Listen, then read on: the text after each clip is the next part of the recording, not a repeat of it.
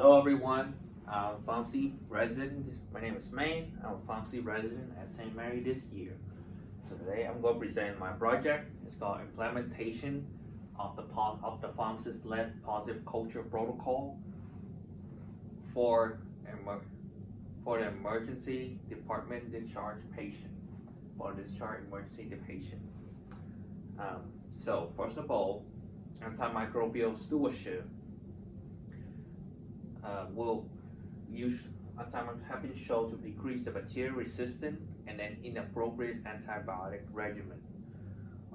Joint Commission allow the qualified pharmacists to lead the antimicrobial stewardship at the hospital, and because of the substantial background in infectious disease, and then along with the antibiotic therapy.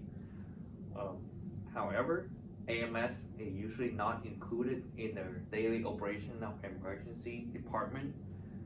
Currently, the positive culture result review by every 24 hours by the unit coordinator, and then the ED provider, the emergency department provider, also get interrupted by priorities in the emergency department, and which might cause the delay in therapy, delay to therapy for patient and affect patient safety. Studies have demonstrated that the benefit of having the pharmacist in the emergency department, including especially for positive culture to lead the pharmacist culture protocol, will reduce the bacterial resistant and inappropriate antibiotic therapy. This quality improvement project will implement pharmacist-led culture result, review the discharge emergency department patient with urinary tract infection and soft tissue skin infection. For a purpose, it will demonstrate the impact of pharmacist-led culture result protocol in the rural emergency department. So for criteria, we'll focus on the 18 years old patient, over 18 years old patient, positive culture result. And then another one is that we'll focus on the disease like UTI and then SSTI. Antibiotic change for UTI and SSTI. For the exclusion criteria, we'll exclude patients from under 18 years old, pregnancy, hospitalized patient, and then immunocompromised patients. So for our method, our pharmacists will let the positive culture review daily, and if it's appropriate with like the antibiotic, if it's appropriate, cover the right bacteria, then patient can follow up on the patient portal, the charge, and then we'll have all document in the electronic medical record. For inappropriate antibiotic that do not cover the right bacteria, then we'll have to recommend different regimen to the provider, and then we'll contact the patient and the pharmacy to change to different antibiotic.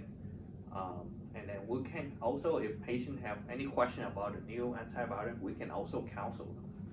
So, and all of that information will document in the progress note of the electronic medical record. So, pharmacists for our intervention for the discharge patient will focus on the duration of therapy, duplicate therapy, drug mismatch, and then therapy optimization. For endpoint, we want to try to find out the average time from when the new positive culture result pop up until the time to the time that the new antibiotic therapy sent to the pharmacy or patient. So for secondary endpoint, we'll measure the average duration of therapy, the measure number of resistant bacteria, the readmission rate to come back the remission rate to the ED, and then the number of hospital admission. Hypothesis, so we want to prove that the pharmacist-led culture review, pharmacist-led culture result review